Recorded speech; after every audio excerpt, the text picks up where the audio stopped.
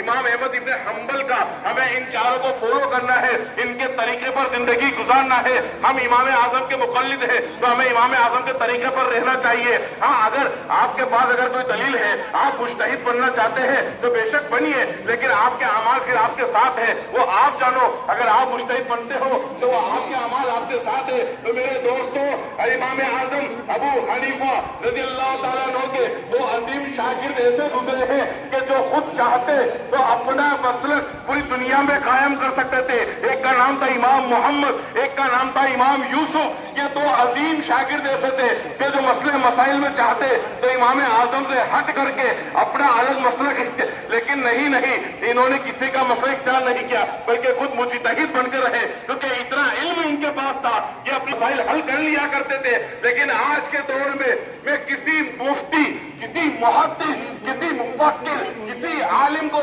ایسا نہیں پاتا ہوں جو اپنے آپ کو مجتہد کہہ دے، جو اپنے آپ کو مجتہد کہہ دے۔ بچات ختم ہو چکی ہے۔ اس بات کو یاد رکھیں آپ، مجتہد کوئی چھوٹا موٹا نہیں ہوتا ہے۔ اب کیا کریں بتاؤ آپ؟ میں کر رہا ہوں، فون میں کر رہا ہوں۔ 6 تکبیروں کے واسطے اللہ تعالیٰ کے وقت چاشت کا پیچھے اس امام کے اللہ اکبر کہہ کر ہاتھ باندھ لیں، پھر ثنا پڑھیں۔ اس کے بعد امام صاحب اللہ اکبر کہیں گے، تکبیر پکاریں گے تو اپنے دونوں ہاتھوں کو کانوں تک اٹھائے، اللہ اکبر، تو اپنے دونوں ہاتھوں کو کانوں تک اٹھائے اور ناف کے نیچے لا کر کے باندھ لیں۔ اس کے بعد امام صاحب سورہ فاتحہ کی تلاوت فرمائیں گے اور سورت پڑھیں گے۔ پھر حسب معمول ہمیں رکوع اور سجود ادا کرنے ہیں۔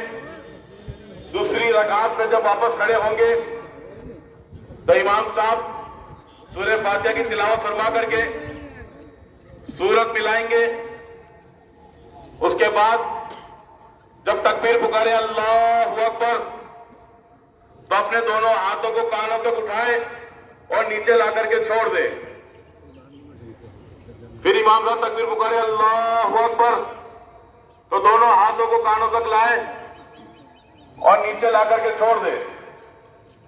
پھر تیسری بار امام صاحب تکبیر پکارے اللہ اکبر تو اپنے دونوں ہاتھوں کو کانوں تک لائے اور نیچے لا کر کے چھوڑ دیں۔